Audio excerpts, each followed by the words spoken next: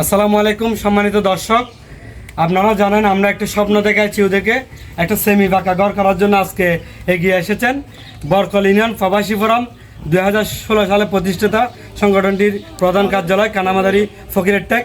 কিছু প্রবাসীদের কষ্ট অর্জিত টাকা আজকে ওরা সামান্য পরিমাণ যে সহযোগিতা, আর্থিক সহযোগিতা নিয়ে এখানে এসেছেন।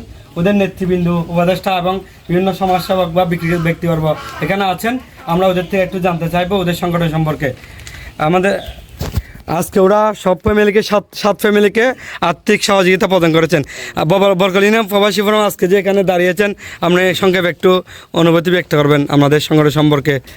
আসসালামু আলাইকুম রহমতুল্লাহ বরকাতু।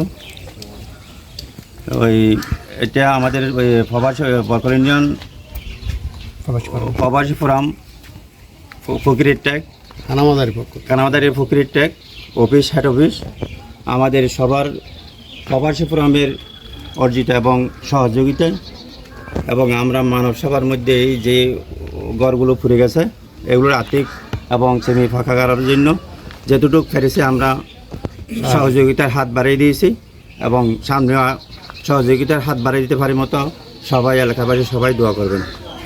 ধন্যবাদ। মহান রব্বুল আলমীর কাছে লাখ লাখ শুকরিয়া আদায় করছি।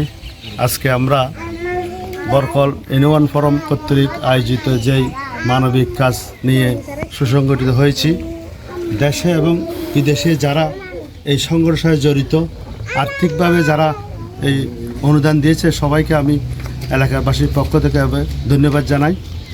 এইভাবে এই কর্মকাণ্ডে অদূর ভবিষ্যতেও বিভিন্ন কাজে বরকল ইউনিয়ন প্রবাসী ফোরাম মায়ের বিবাহ, কেউ লেখাপড়া করতে পারতেছে না, ওখানে অনুদান দিচ্ছে এবং বন্য দুর্গতর পাশে থাকে। বরকল ইউনিয়ন প্রবাসী ফোরাম চিকিৎসা সেবায় আছে, সব জায়গায় ওনারা কিন্তু কাজ করে চলতেছে।